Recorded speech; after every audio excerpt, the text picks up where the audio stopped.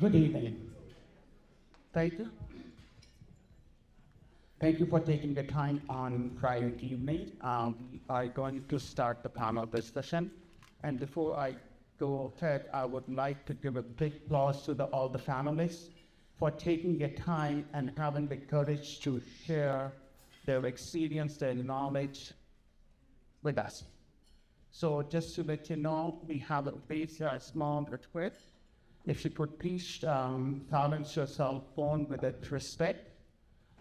Be respectful to the panelists. They won't be sharing their personal information on the PLAs. So when you're asking a question on the third part, which when is open for the audience, please ask the questions respectfully. In case of emergency, we do have a first aid kit, and the exit points are marked. We will meet outside. Everyone has signed in, and we will go from there. Please hold on to your questions till the last minute, till the third segment of the panel discussion. In the end, we do have a complete the feedback form. If you could please complete before you leave, and please do sign in. We do have a silent auction cash bar. Please support. Before we go further, I would like to invite Sunny from Alberta, who's here. Candace from RCMP. Chris from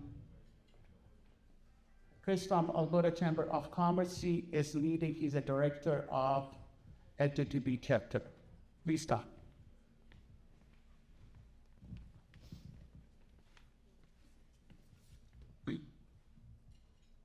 Before we go, we would like to acknowledge we are in traditional territory of the many First Nations, Métis and Inuit in Alberta, and express gratitude and respect for the land we use. Pledge to end to a systematic racism. Commit to create a safe work based on diversity, equity, and inclusion. Today is also Aboriginal Veterans Day. In 2000, in the century, about 12,000 Aboriginal people participated in the armed forces, EPS, RCMP, and different platforms. Currently, we have about 5,000 members who are working, Aboriginal people are working, and out of 5,700 are from Alberta. So big hats to them. Thank you, Sunny. We just finished a wonderful video sponsored by the City of Edmonton and provincial government, Stop Hate Alberta Crime. You want to say something quickly? Thank you, Sunil.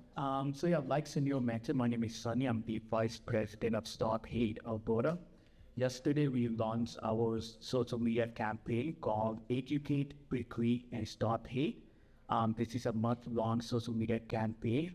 You can go on our social media on Instagram, Facebook, or X, and you'll be able to watch our campaign video, which basically brings awareness to anti-racism. Thank you.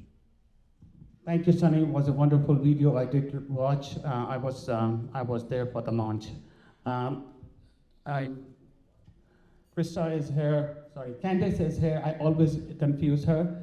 Candace is heading the diversity division of the RCMP. We do have information from the RCMP. If you have any questions, she's here till 6 and she has to leave for the personal reasons. But if you have any questions about that, please ask her. And we have Chris from the Chamber of Commerce, Alberta. He is heading the LGBTQ chapter. He has an information table there too. If you have any question, please do not hesitate to ask him. Thank you, gentlemen and ladies. Now we will start the formal panel discussion.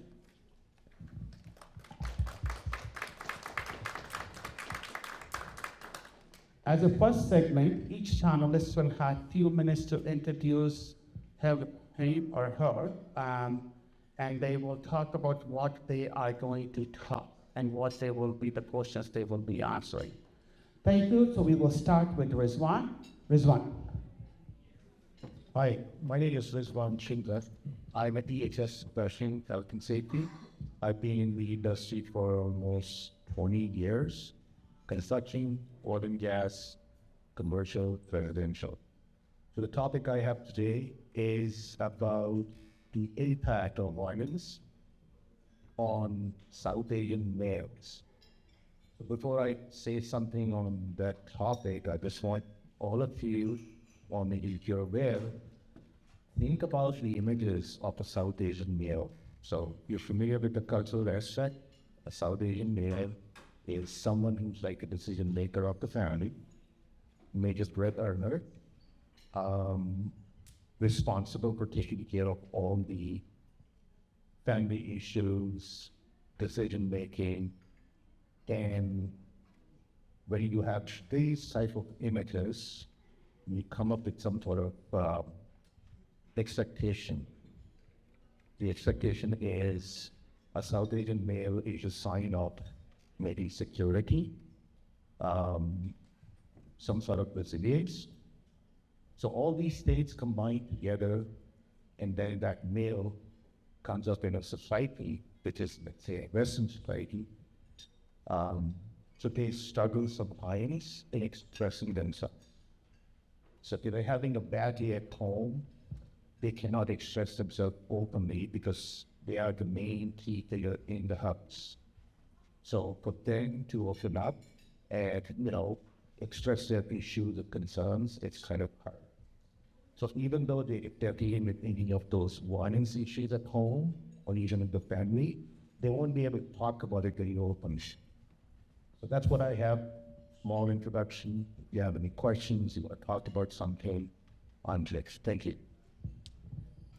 Male expectation of security, well, what happens with money and teaching people the differences and what they can learn, and also, being able to just to showcase the differences on how men and women can think about money. And then there's the commas around that as well. So being able to kind of just use it. Also, when you're a community member and you are going to make main changes, and that can be anybody, doesn't even have to be part of the community, what actually happens with paperwork, and to not be frustrated, and to have an advisor that can understand you, understand the process, and walk you through it. Thank you, Kelly. Now we need to Ian. Hi, my name is Ian Brown. My pronouns are they, them, theirs. I am a career advance I do career advance consultation and education work with many different organizations. And today I'm here just as a transgender community member to talk a bit about my experience as well as my parents' experience. Thank you, Ian. Navneet. Good evening, everyone. My name is Navneet, and it's such a pleasure to be here in community tonight. So I just had some snacks and enjoying myself. Tonight I will be speaking to all of you about my personal experiences of being an immigrant. I moved to Canada about 22 years ago as a youth, and so those facing those systemic barriers as a student, navigating university landscape, and then getting married into a different culture and becoming a mother. Other than that, I would love, one of the passions that I'm having in my life and I dedicate most of my evenings and weekends on is to bring proactive emotional well-being. How do we speak about, when we think about prevention is better than cure, how do we navigate the space of emotional well-being? What kind of things can we do to set ourselves up for success, regardless of the background that we come to Canada with? That's what I look forward to speaking to all of you tonight with, and thank you, son. Thank you, Meg. Kevin? Kyron, I'm apologizing for mispronouncing your name from the day one. That's all right. Hello and namaste, everyone. My name is Kyron. I identify as a transgender person.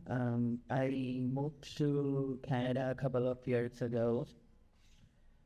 Just because being trans was not easy in my country where I come from, India, and I had to overcome a lot of barriers.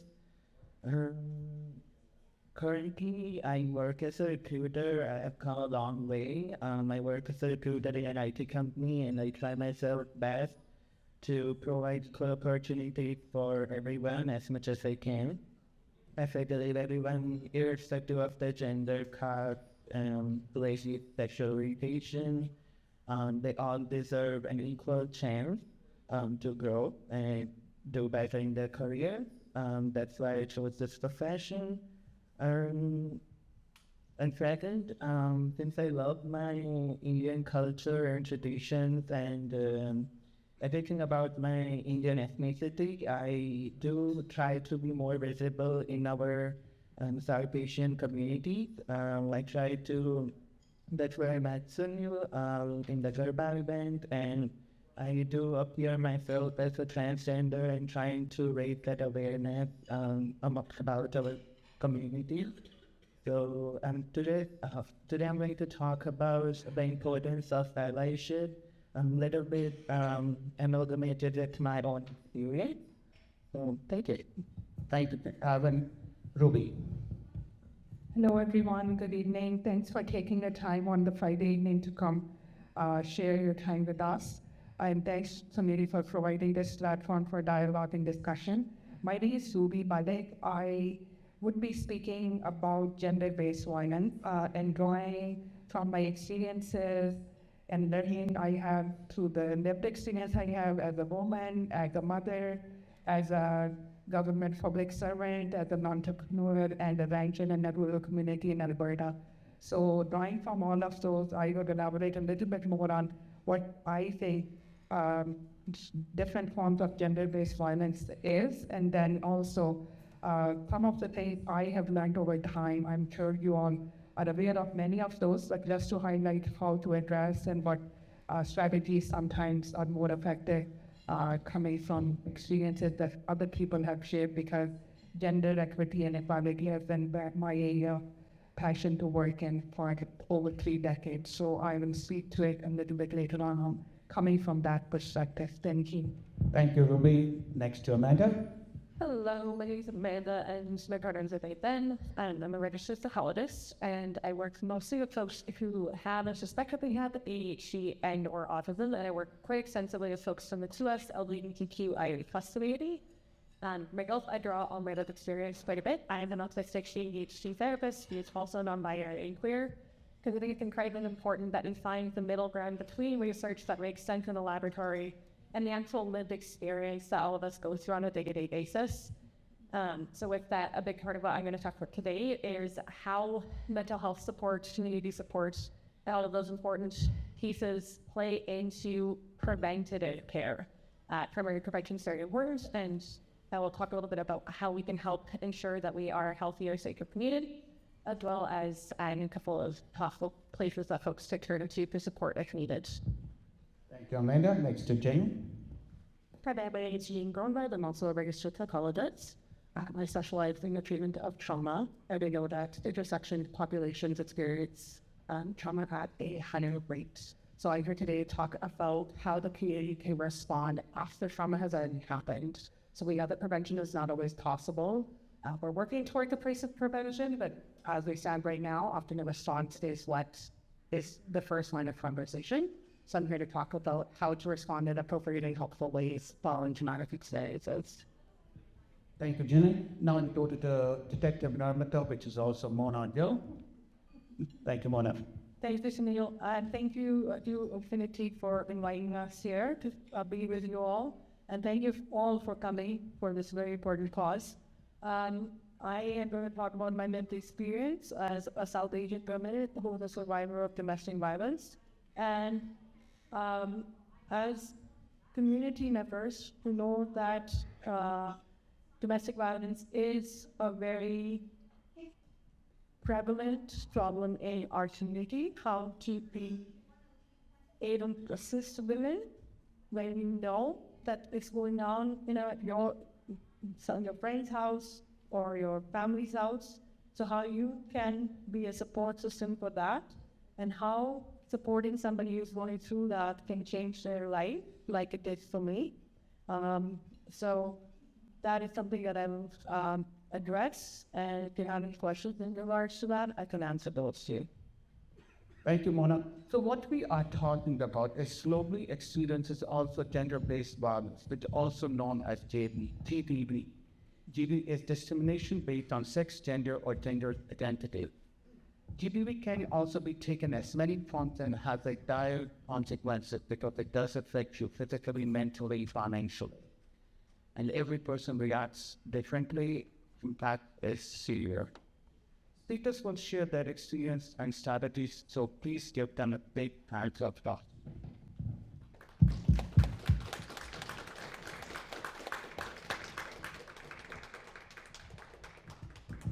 So my first question to Rizwan is, Rizwan, as a safety professional, member of South Asian community member, how emotional or what is faced by Indian members of the South Asian community?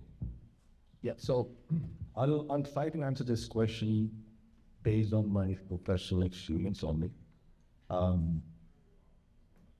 What I've seen, the male members of South Asian community, when they go through something like this, or maybe an experience where they have observed or maybe involved in the violence, or maybe, it could be, like we said, we talked about it earlier, it could be a physical violence, emotional violence, mental violence.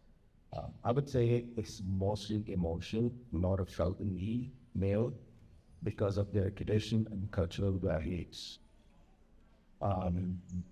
Being the main person, being the decision maker of the family, it's hard for them to express that they are going through some sort of tension in their life, and it's not easy for them to openly express. Thank you, Rizwan. So Kelly, my next question to you is, as financial advisor or wealth management advisor, you deal with the public, and what's your experience hiring when they find out about you as a transgender also? Financial advice, and especially when you're going for a name change or you are going for a change in a life, how these financial things something touch you? So the great thing about my industry is that we deal with people. And the worst part of my industry is that we deal with people. So I really only had one experience where I was training an agent and they put me in front of somebody and we did a great plan. They really liked what they saw. No decisions were made at that time, and we were trying to get back together with them. And finally, my agent, like 3 or 4 weeks later, after I've been following up, like, what's going on? She's like, they don't want to meet with you because you're gay. So this was before my transition, and I'm like, oh, okay, so they want to meet with somebody else. That was me just, you know what, it's okay, that's how they want to deal with it. Being transgender, it's really not a conversation that comes up. So in a way, I'm not introducing myself as a transgender financial advisor at that time. If it comes up in a conversation, I've never had a problem with it. But when it comes down to financial matters, when you are making name changes, there's a lot of paperwork, there can be costs, and a person has to decide if that's the route they're going to go. Each person's journey is their own. So I will, on paper, everything still says F for me. Yep, still. I just say it me, so. To me, I just don't want to be bothered by the paperwork, but that's me. That's not everybody's journey. So it's also making the decisions, okay, well, how can I save up for that? How can I make that happen? And they just need someone to be an advocate, and that's what's the them. So I will hold on to my question, so I should not be jumping on like that, but I do have some questions for you. Next is Ian. Ian, you work in a social system with children's youth care. My question to you is, what was your experience telling your parents about your sexuality, and what support they had or that could have been benefited? So, I first came out to my parents as transgender when I was 16, and it was a very scary process because I didn't know how they were going to react. And so I went up to them one day and I handed them a piece of paper that said, I think I'm transgender. And their response was, okay. what is that? Because this was about 2012, and they had never really heard the term before. So it was a lot of new information for them, and it was a lot of new information for me and my mom and my dad, really trying to navigate the system at the time and figure out what being transgender meant and what the process was and what all the things we could do were. I was very mentally unwell at the time. I was hurting a lot and was very depressed, and my parents saw me hurting, and I think as many parents do, they really, really wanted to support me, but they didn't know how to. And finding out I was trans was like a huge puzzle piece in that, and finding out how they as parents should support me. And from the very beginning, they did support me. They were 100% on board. There were many things they didn't really understand, but they said, if this is what you need in order to be happy and safe and okay, then we're there with you. For the supports they received, unfortunately, there weren't a lot of supports available to parents of trans and queer kids at the time. There was one in-person support group run in the city at the time, and they went to one meeting and didn't find it really met their needs. Whereas now there are a lot more support groups. There are in-person support groups. There are so many resources and much more information online than there was in 2012. And my parents actually now get to be part of supporting other parents for their trans kids, which is really cool and I'm very proud of them. Thank you, Ian. Now, you are trained coach specialized in NLP. Before we do it, please tell us what NLP is. And grief, loss, karma, coaching, immigrants, your thoughts. What is an immigrant experience when we come to the new country, and what can you teach and how one can set themselves for the success once they have arrived to Canada or in Canada? Yeah, so I just speak a little bit about what's been said about NLP. When I did my Bachelor of Commerce from, started working in business, I found a calling towards being a professional coach. And having my background in HR, I started working with clients, with youth, with immigrants, women aspiring to doing leadership, but not really knowing the pathway to get there. So I found myself working with clients in a coaching capacity where a lot of the belief systems about one's identity was not to be found through therapy, but rather through NLP. NLP is neuro-linguistic programming. So it's in a simple way, the way to explain this type of coaching is that we all have a CPU inside of us, a brain, and based on how we're born, how we're born or how we're raised, we all have some sort of belief systems that are running through that CPU, and they're spitting out a certain result. So in our career, in our finances, in our relationships, whether we like it or not, there are certain belief systems, and it's to the thought that we have thought about many times. So NLP is a technique that through hypnosis, we can get into tap into those subconscious beliefs that we've grown up with, so we can take a look at what kind of viruses are running in our CPU, so to speak, and clean them out. And through work through NLP, that's the work that I've done with clients. So we will wait for the question. So we have a test to crack. What's okay? One day I will learn. My apology. So I met Kate. That's the easiest way. But one thing we did talk about, sorry, I'm not raising the question or anything, when we talked about the soft teeth, right? We did talk about when sometimes we change our name, we are losing the identity. So my recommendation is don't change or short your name. Teach other people how to pronounce your name. 5 times, 10 times, 20 times, one day they will learn. Don't give it. Don't give up on me. I will learn, trust me. I'm not that bad. That's right. And it's like just my name. About 30 days more to me than just my name. So you know me, and I'm like very flexible, to be honest. It's okay. Like my name is a little bit unique. It's different. It's Kevin. Most Canadian names or English names are Kevin, and it's okay. I can say that. Yes. now, but when you come back to me again, you will take the amount.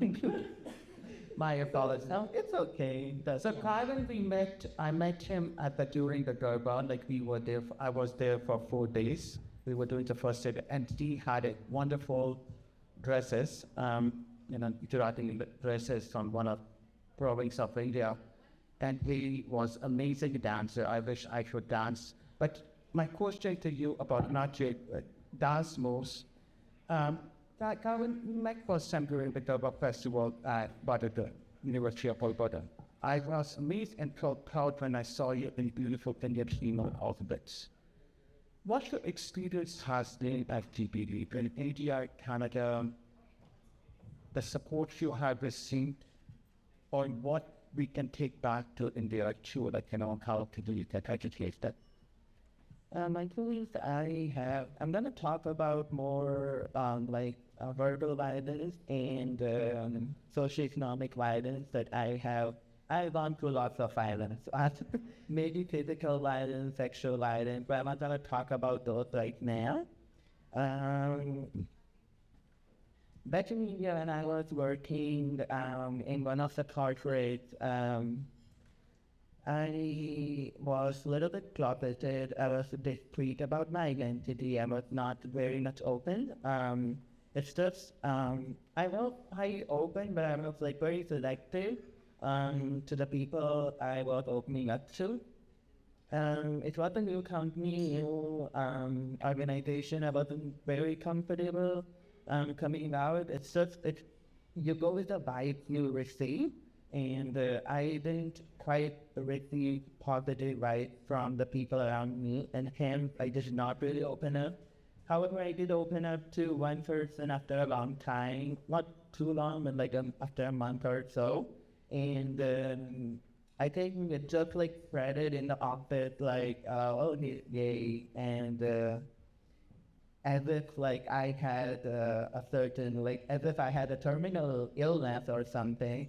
So everyone's approach changed towards me, and I know after opening up, just after 2 or 3 days, my manager walked up to my desk, and she said, "Check your pay, and please, you are terminated." Now that I work in HR, I know that there is a hierarchy that we follow. I asked the reason that I was being terminated for. She said, "You're not productive." And you don't literally fire somebody if they're not productive. You go through coaching sessions, you give them verbal warning, followed by written warning, and then you terminate somebody. You cannot just walk up to somebody and say, "You're not productive, so get the hell out." Excuse my language. So yeah, that was a big breakdown for me. It was at that point of time I realized that it's not going to be easy if I want to be myself. So that's more of my career literally came to a certain stop.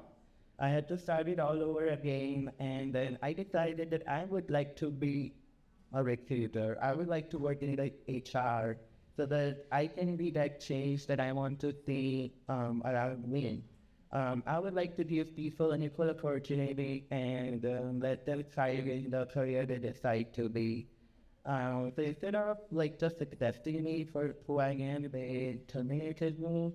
And then there was a lot of verbal violence involved as well, calling names or just trash language. So all of those things were involved, labeling me, calling me other. So I think at that point what helped me, because I did start up first, I kept moving on, I worked in another organization, things were different there, people were more aware. So I think ally plays an important role. If I like black color and you don't like black color, it's okay. Similarly for straight people, you are straight. You don't need to like the same gender people. But if I like white color and you like black, we just need to respect each other. You don't need to understand why I like white or black. You just need to accept it and just respect them. So I think ally plays a very important role in transforming our life. If you can just be a good ally, you don't need to know what I do in my personal life. You don't need to know the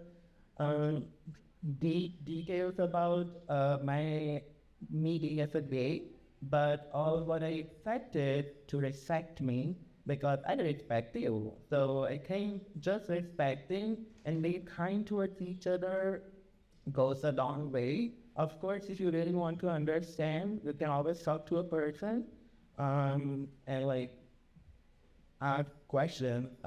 We are there, we won't bite you, we'll answer your questions. So yeah, that was my experience, and I think ally really take an important role. So please be supportive, please respect, and please be happy. Thank you. Thank you, Karen. No one pronouncing it correctly now. I told you. After the credit time, yes. What's the break that? One day I will not. So my first question goes to Ruby. Ruby, being the being part of the South Asian community, being an entrepreneur, being a community worker, like you are, social worker, mother, business entrepreneur. What's your experience as on a TPV, specifically to us as a South Asian women? So we all are complex human beings. We have gender, we have socioeconomic class, we have race, we have so many other things that make up all of us. So, and nothing is in isolation of the other factors. So the intersectionality kind of brings experiences that are unique to us in our situation.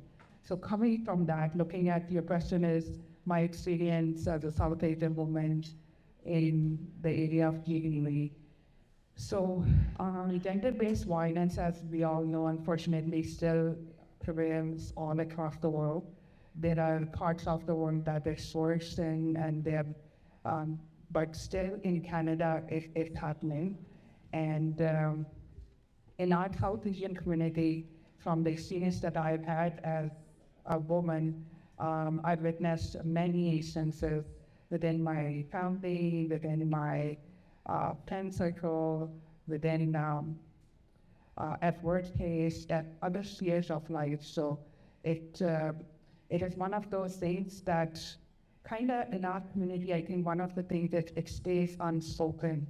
That's the key point I would like to highlight. One of the things I want you to take away from today is that awareness is very important. Acknowledging is very important. We can't just put it under the rug kind of thing in our culture. And also I wanted to say what shapes us. I forgot to mention religion is a big factor. So different religions, the belief system that you have kind of okays many things. So I had 1/3 of my life born and raised in Pakistan and 2/3 of my life here in Canada and US. So I have kind of seen a lot of different things from two different cultural points of view, living in both as citizens. So in our society, in Edmonton, in Canada here, I still see there is lots of gender-based violence that's happening in our South Asian community. And I think as Mona mentioned too, during the a lot of it is unspoken. It's not reported. Reporting is quite a far step. It's not even spoken outside of the family.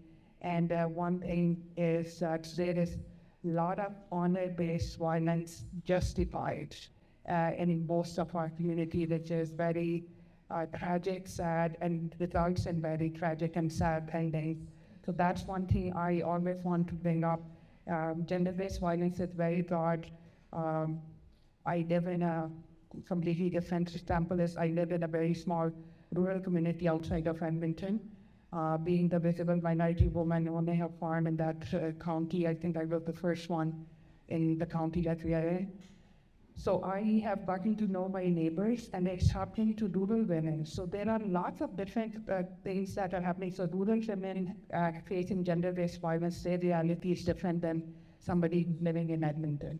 Somebody who's born and raised might have a different experience and knowledge of how it's happening. But from my point of view, what I can share is there is a lot of honor-based violence, which I have kind of problem with the wording. It's not honor-based, but that's how it's labeled. It's justified if our young women, our young girls, the ones we are raising at our homes, are brought up with the belief that it is okay to absorb it silently to some extent, which is not the way it should be. So that's one of the key things I wanted to highlight. But as a mother, and raising key young women who are born and raised in Canada and still have the same roots as me, but they have a completely different perspective growing here.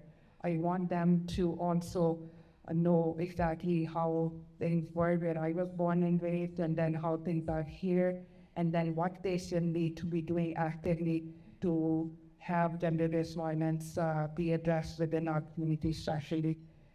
There's lots more that can be said from business point of view.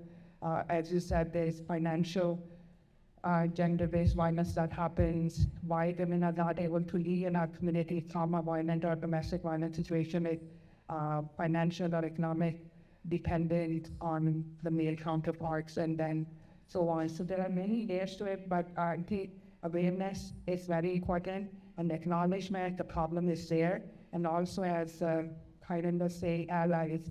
So having allies in the community, having allies outside of your community in the mainstream community is very important, because those all become the support network. So for our community, there is still a big gap and lack of support network within the community informally, and as well as knowledge of information of what the access to resources can be and how to navigate. So I find those gaps still exist. Thank you, Ruby, for sharing such a depth, experience, and the knowledge. Now we will lead to Amanda. Amanda is a registered psychologist who works with kids, teens, and adults who have or suspect they have ADHD or autism spectrum disorder. Within these populations, Amanda works extensively with folks from the 2LGBTQIA+ community, often helping clients to navigate the unique circumstances presented by the ways that sexuality, gender identity, and your term can interact. Amanda, please tell us what support we have available, experience, and struggle they face.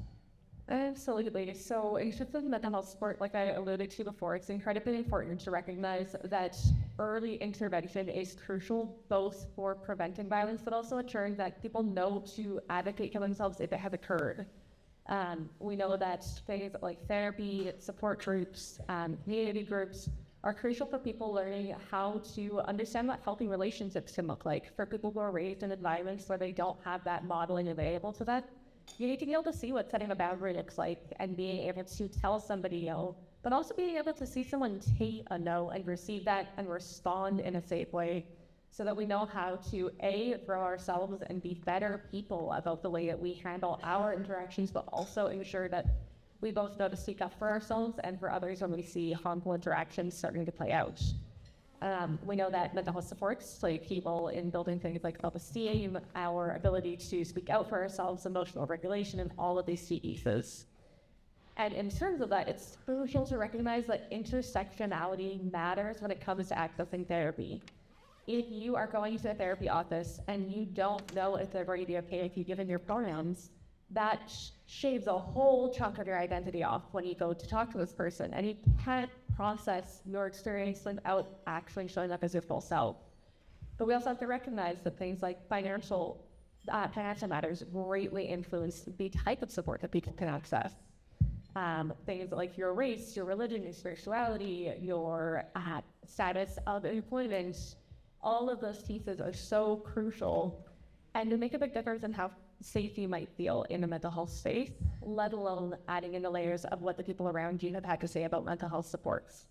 So when we encounter the option of mental health support, it is our job as a community to make sure that not only is it available, but it's actually available to all of us and made flexible in a way that creates safety for us.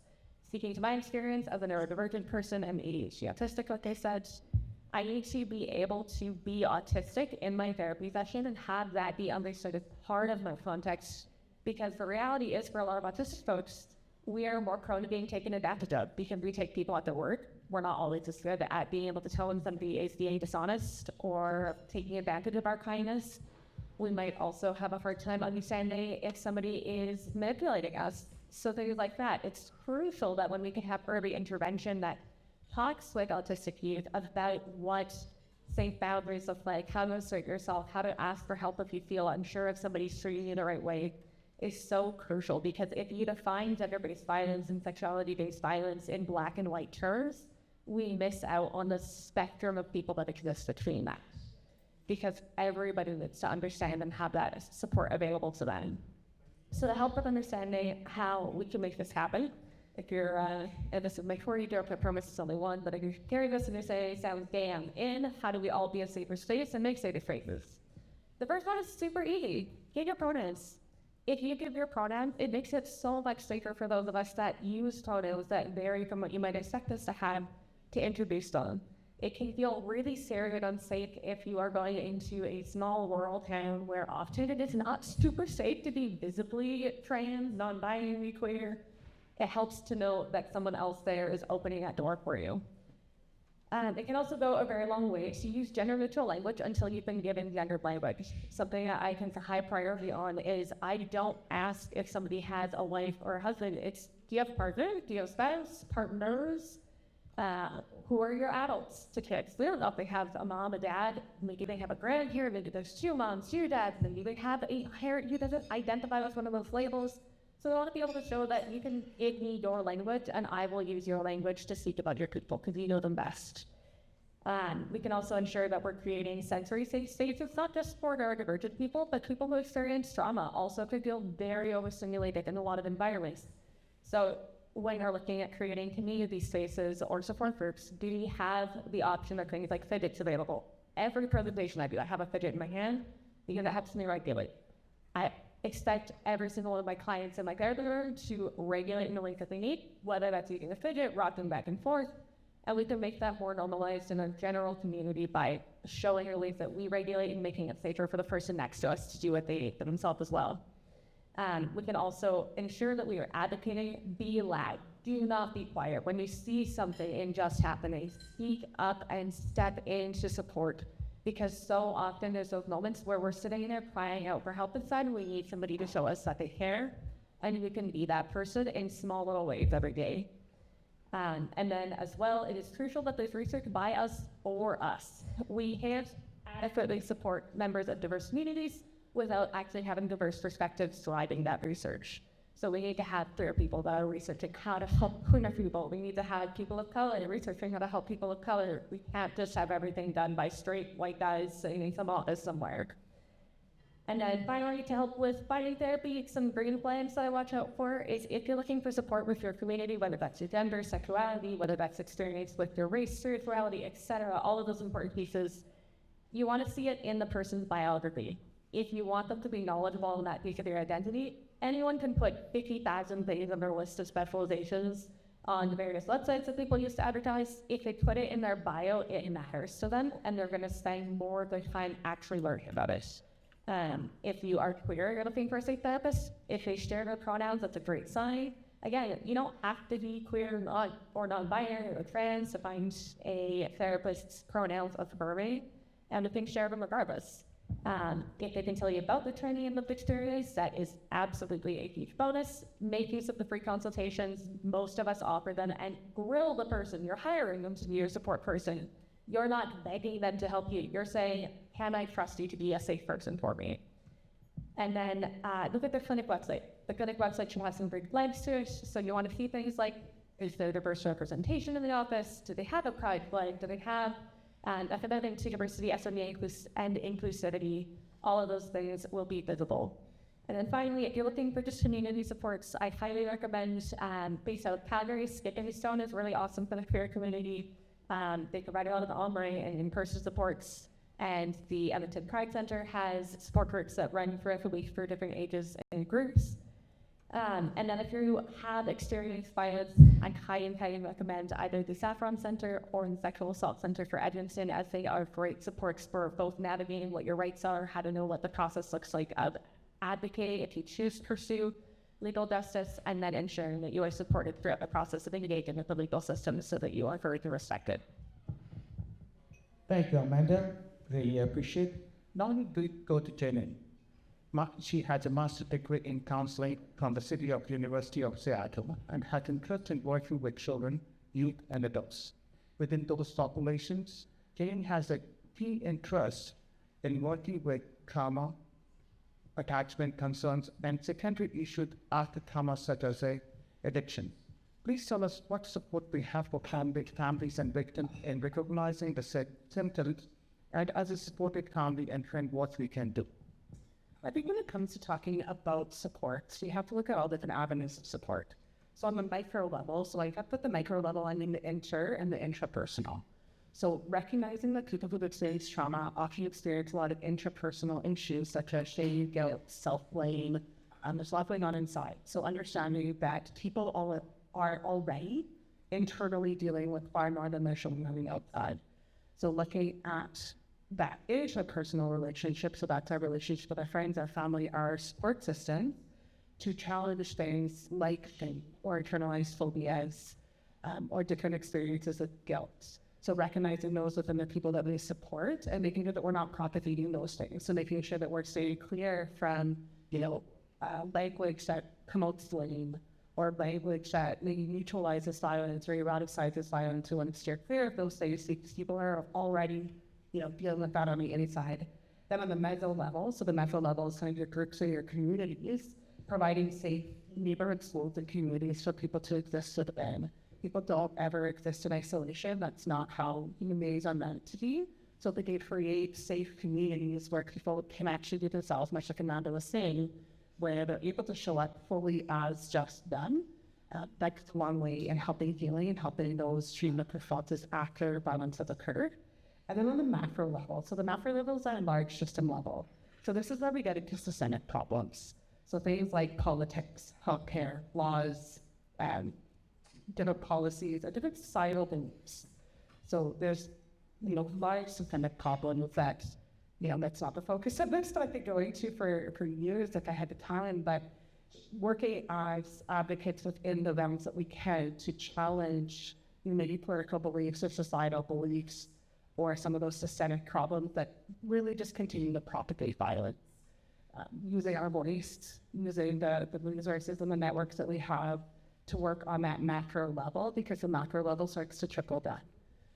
So, that's just the first thing. Thank you, Jane. Now we will go to the Detective Namrata, which is also known as Mona Girl. Mona, what you have gone through is really sorry. What other community members, especially females, can protect them and protect themselves, and what support we have, especially when family force you to resolve the issue and ask females to adjust and compromise. Okay, thank you for that question. I think the first thing as a community we need to do at the South Asian community is to acknowledge that we do have an issue with us rating out gender-based violence inside our homes, inside our families, and we cannot just say that it does not happen in our community, because you cannot say that. I can tell you, each one of you has seen either your mother, your grandmother, your sister, your daughter, your wife has experienced some kind of gender-based violence. Violence does not only mean physical violence.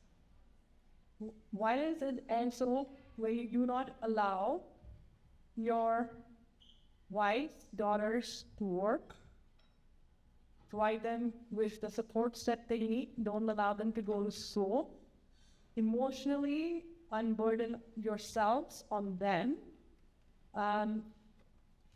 Those are all violent issues. I think we have a thing that we say, if it's violent, it has to be physical. No, it is not. We all know somebody, and we all say, do not say anything. It's their family matter. We are not going to get involved. My brother is beating up his wife. I'm not going to get involved because it's their family matter. No, it's your family matter. You have to speak up. Because if you do not speak up, you don't intervene, you're complicit, you're part of that, action that's happening against that person. You need to speak up. You do not say to a person, just leave. That's not being a supportive person. You don't know the reasons why somebody says. What you should be saying, I see what is happening, I want to support you, and how can I support you? What do you need from me? You want me to listen to you? You want me to, if you've seen this person get beat up and they are minimizing it and they're not even acknowledging it, you can say that looks very painful. Would you like to go see a doctor? Would you like me to take you to a doctor? Even if they're not going to report it to police, it is documented with a doctor, which is important. Especially when the injuries are so bad that they cannot even stand up and walk. So the first thing as a community we need to do is we need to start acknowledging that we have these issues. Why do we only get awake about it if it's happening to our daughters? But we don't they don't get awake when it's happening to Joe White if it was also somebody's daughter. And if it happened to your mother, does not mean that it has to continue. It has to stop, and you can be the person who can stop it. You are the person who's going to make a change of it. You will not believe it, but the household, the person's home, is the most dangerous place for a woman. It's not out there on the street. If she's walking home at the middle of the night, which is also dangerous, but the most dangerous place for a woman today is inside her own home, which is supposed to be your safe place. So we all have to do our part and start making sure that we are breaking the cycle. We need to start acknowledging it. We need to start speaking up. There's small things you can do, and if you don't know what to do, there are wonderful websites out there that provide you information on how to be a person who may be a support person for somebody who's going through that. Just don't tell each other or don't talk, oh, the police comes to the door because neighbor called because they could hear somebody getting beat up.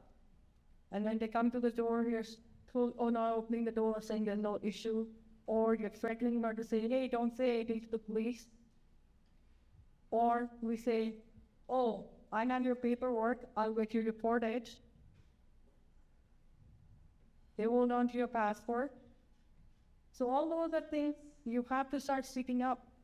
I have responded to many calls where somebody would say, oh, I was drunk, I did not know what I'm doing. Your mother was standing right next to you. You knew the difference that you did not beat up your mother, but you beat up your wife or your daughter. So you had that much thinking power, but you have the thing to say, oh, I was drunk, I did not know what I was doing.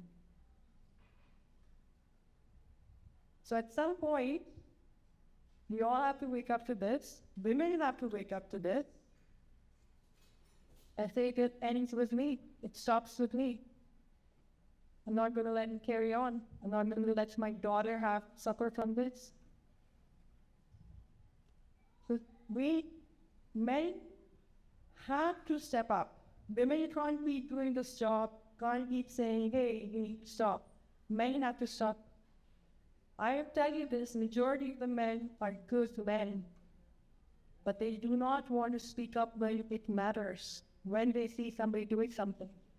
So you have to start speaking up, because a man will listen to another man, but he will not listen to another woman because her king will be, oh, you just hate us, or you don't like us. And men fear other men sometimes, but they don't fear another woman. They don't fear the authorities. So respect is both ways. You want your wife to respect you, you want your daughters to respect you, you have to earn that respect. You can't just verbally, physically abuse them and expect them to obey what you want them to do for you. So as Ruby had said before, it's a very complicated issue and we cannot just resolve it today. And we probably never resolve this because we are human beings. And human beings are capable of good and we are capable of bad. And as long as this world exists, as human beings are there will be good human beings and there will be bad human beings. But it's up to us to decide if we're going to respect the women in our family.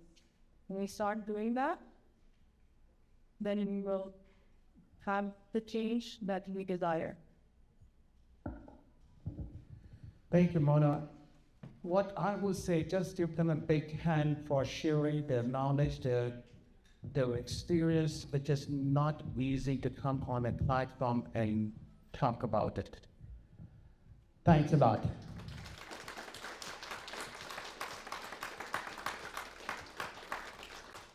Now we will lead to our third segment. If you have any question or you have a question as a general or specific to a panelist, you're more than welcome to ask.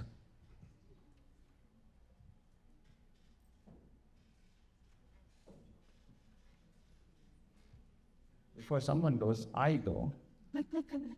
So it could be to anyone, but when we talk about taking a step,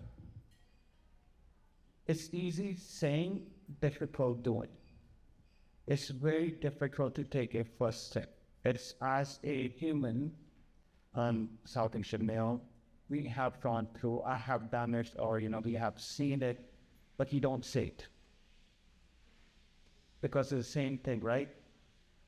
It's their family matter, leave them, it will be resolved. They are learning, it's a learning process. To my question to anyone can answer, when we know to interfere or when we should not interfere.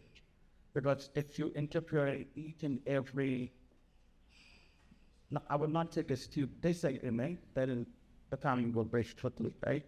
So how is it's a difference between a support and intervention? Anyone?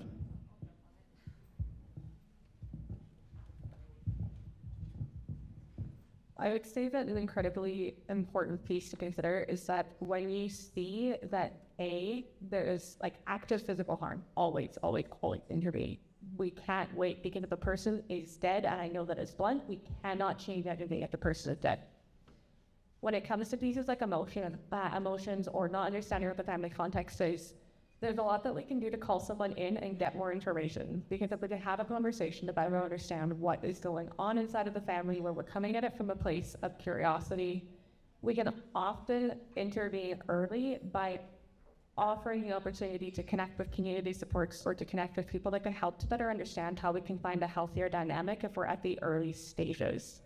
But it's also incredibly important too that we're considering that, especially with children, there is a mandatory reporting requirement. We are all required to keep children safe. They are our most vulnerable people, and they cannot go and get that help themselves. So if you see that happening, we have to be so on top of it. And I'm incredibly grateful to say that fortunately, places like Child and Family Services do have cultural teams as well to ensure that they are employing as culturally relevant practices as possible. With that team, one of the really great things is that they do their very best to ensure that someone is available to speak the family's language that they speak at home so that you can communicate without the same translation gaps that can make it harder to actually help, as well as also trying to make sure that the bridging the difference between how they understand your family's country of origin if you immigrated, and how we integrate that with our understanding of how we create safety and support in Canada. Because it's not about breaking up families, it's about making sure we make healthier families together. And for the ones that aren't functioning in a way that keeps people safe, intervening so that we can ensure that everybody is protected. Sorry, I just wanted to jump on. I had a little bit to add to what Amanda was saying. I think it's also important to remember, because what I heard, when you were talking is a bit of a hesitance to speak up. Some people are serious that where they can see something's happening on an initiative as well, but we don't know what to say. So I think it's important to remember that when we speak up, we bring everybody up. Because the person engaging in the abusive behaviors or the violent tactics, they're not living their best life either. They're not actualizing their potential either. Because they're engaging in these tactics, they're just bringing everybody down. So when we speak up, while they might be reticent at first, we actually provide an opportunity for growth. We're saying, we know that you can do better, we know that this can be better, and we know that you can communicate better. So let's do this together. So it's not punitive, it's an invitation to do better. I just wanted to quickly add to what has been said. I think it takes courage. So we have to have that courage because we have to see the consequences if we don't speak up. So in that situation, as it was mentioned, there's imperative that if there's physical harm, we speak up and we notify the authorities, but also in the vague or gray, because life is mostly in the gray area. So it takes courage, but it brings, if you have courage, the person who's in the crisis gets courage from you as well. And also I think resiliency is a thing where we all have it in us, and people who are in the whirlwind of the situation at that time, just support, encouragement, whatever way you can, one-on-one also helps. We don't have to highlight it to the outside world, just your one-to-one support sometimes is a lifeline for that person. So keep that in mind. You cannot say that it doesn't impact me. If it's happening anywhere around you, it's most likely going to impact you in one way or another. So you said about disagreements and Amanda, and everybody makes great points. If the situation is where you see somebody is having weapons, is having something they're doing that is going to put you in danger, you should not intervene directly with them. You have to call the authorities, and that in itself is helping. Because if you put yourself in that situation, it could lead that this person turns and they take it out on you and you get hurt. So we don't want you to get hurt. The second thing is, as Ruby said, sometimes if it's in the families, maybe you can have one-on-one. Sometimes when you see there's an argument happening or there's a very heated discussion happening, which is going to lead to violence, but using your hands or something, you can say something that will distract them. That'll take the focus away of that person from that person. And it could be just like, hey, how's it going? Because you just come into the situation, you don't know what's going, so that will distract that person and that'll take that focus. And now they know there's a third person watching, that'll bring down the temperatures. Later you can have one-on-one with them and say, hey, I saw you were really heated, you were angry, is everything okay? Do you want to talk about it? So there are many, many ways to intervene, but if it's going to put you in danger, then the best thing is to call the authorities to come. So you will see your friend get into a big fight, a party ends, they go home, but you're worried about that. You can call and say, hey, I witnessed a big fight, and then she left with her boyfriend. I'm really concerned about her because he was really, he made some threat. You can ask them to go do a check on welfare on her to make sure she's okay. So there are a lot of ways to help. It's just that we have to have the courage and courage to say, okay, that's not the way, and I'm going to step up. Which way you step up, that is depending on the situation. Anyone has any question for the panelists, or the panelists has any question to the other panelists? Now I do. Jasper is here. Jasper is a good friend. He's an MLA. He's a South Asian male.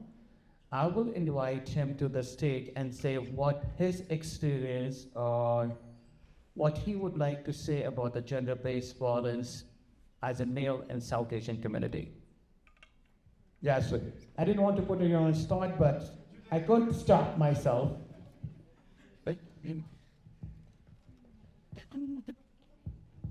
Thank you, Jasper.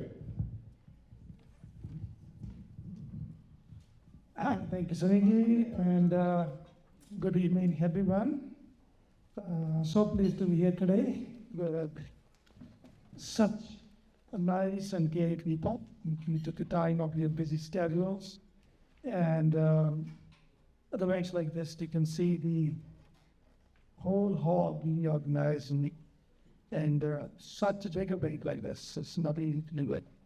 So it takes a lot of effort, first of all.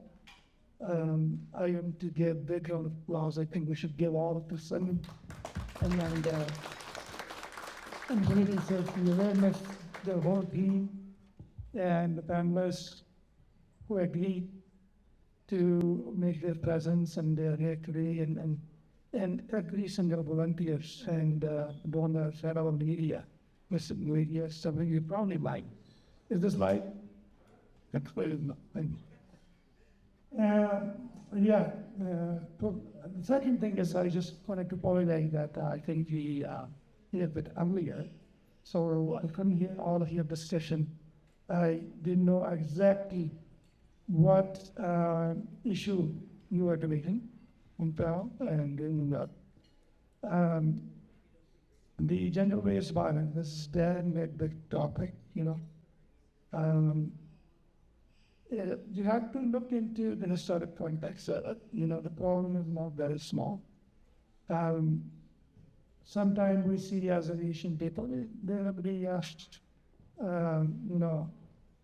difference of intensity or sometimes how much. But the male dominance and patriotic values, they still exist everywhere. And somebody recently on the, I think it was on the X, posted last night or 2 days ago, I was looking at, I shouldn't probably comment on that, the new cabinet of the Saskatchewan province. There was merely a Keegan's involved in the ministry. So there's still a lot to do, first of all. The biggest thing we can do, the rules, the cultures, this is just a debate, I want to say. You can just keep going on as long as you want to go on this. I remember somebody's telling me, many of us know it mainly, there was a fight in the family between a husband and wife family, and he slapped in her face. And the policeman or police was told, I believe, and then he asked, why did you do that? He said, this is our culture. So it's not our culture. No, it is not accepted. And I know it was not part of my family's culture at all. So my mom became the member of Panchayat, like, you know what Panchayat is, At very young age, like, she was so young. So there are families, there are challenges. We have backgrounds, we become computer cultures, and there's still values. And the biggest thing is that what we can do to change it. So to me, as a politician, and even a politician, me not like elected politician, so I was not into electing politics for very, very long time. So it is a public policy. If you want to change it, and we need to change it. So the cultures are created by what happens on the top. So that's very important. Women's empowerment. That should be your targeted focus, the first thing to do it. And we need to realize the women might be more than 50% of our population. I was at one event where the speaker, I thought, am I taking a very long time? No. I give that up. So the speaker asked him one question, looking at audience, and I didn't get it even, why he was asking. He said, if somebody tied my arm back like this, so how much can I do it? To be honest, I didn't get it, but he was asking. And majority of the people didn't get it, but he was asking. He was looking at the audience, there are people of like 200-300. There are maybe, I think, one or two women participating in, and we were discussing social issues, cultural issues, and economic issues, right? So if they do not participate, first of all, society cannot become healthy and vibrant society at all. That should be ever understand. And women's lead to employment, like gender parity, and the base jobs, we need to outcome, number of those things. So the bottom line of my answer is this. These kind of discussions, then they become the part of the broader ethics and context. So how we can empower our society, especially the vulnerable people, the people less fortune. So when we take title approach, this is how we can address this. And then Sunny asked me this question, I want to repeat it. I want to say how very low. No society, no such a society in place of any kind of violence, of particular religion to violence. And in Islam, no, there's no such, no place, no such thing.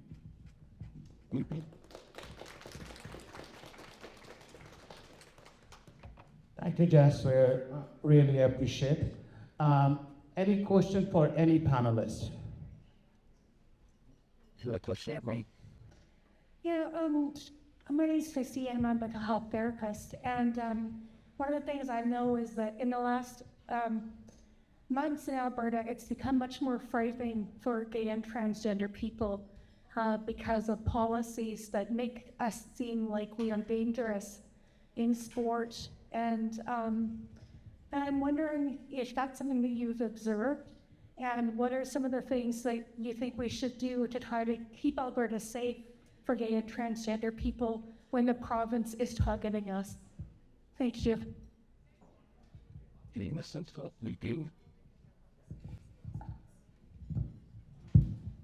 this question to any specific panelist or anyone?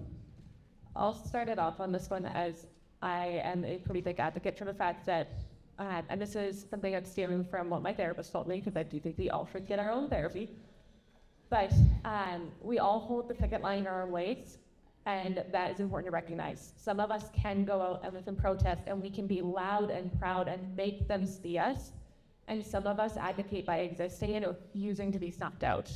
Because the act of existing as a trans and a queer person and a non-binary person in Alberta is an act of defiance, and that is a beautiful thing. And how we make that safer is we have community around us.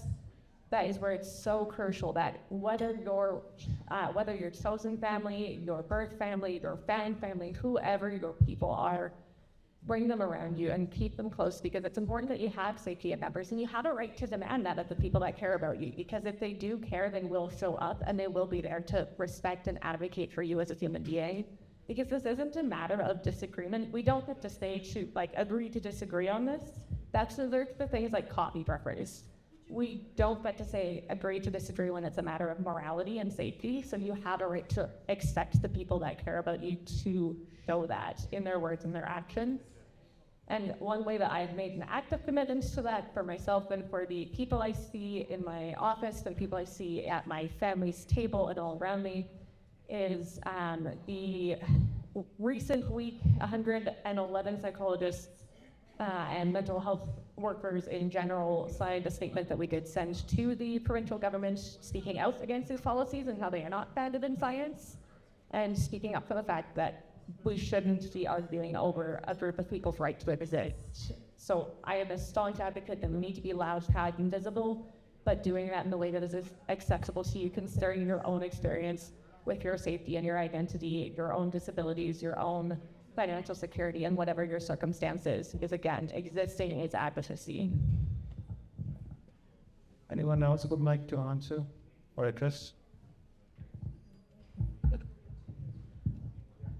I think from outside of community, like for people who are allies to queer and trans and to us LGBTQ+, there is a lot of allyship and work that can be done there as well.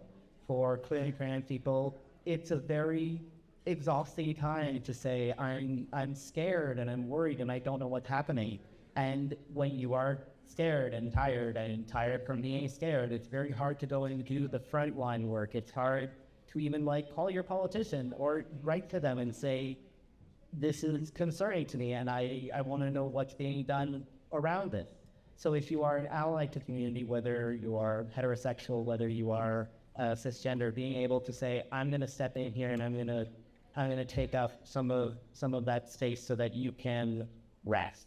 So if you can write to a politician, if you can go to the rally, even if you can like say, hey, we are trans friends, do you want me to come make dinner tonight and we can just hang out and I'll give you support and you'll get food and they'll know that you are cared for and loved for.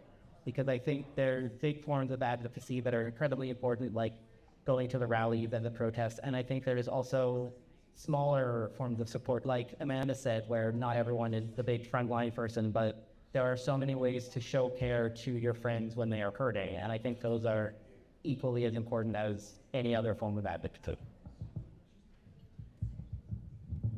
I think I'd like to add on what Ian has talked about is, I think when policy and political requirement that were in this out of our hand, I think what in our hands or in our locus of control is to create psychological safe spaces for our brothers and sisters around us, and that could start within the home, starting with like I have two daughters and they are under the age of 6. And speaking to them about how to create safety, in the conversations that they have with their friends in the playground, create psychological safety for my coworkers in the workplace. I think it starts with 2 things or 3 things. It's making the decision in one itself, to make that decision to commit and continue to learn about different communities and the challenges and the systemic barriers that they continue to face. And starting the conversation to say, I'm new to this space, or I have some questions, I'm curious, and listening and paying attention to the people's experience. Like, it can go a really long way to create spaces. And the curiosity can take us a long way when it comes to making changes and making people feel seen and heard and valued, just like this thing. If we have to wait for our host, planning and taking care of some big thing, that Yes, before I send it, first of all, I'm going to thank you for all the panelists spoke on this issue. In short, I'm going to say it first of all. So we shouldn't look at this as a queer issue on. When you say allies, like a human being, we are all each other's allies. If we believe in building a futuristic society, we believe in building a safe society for not only for us or the future generations.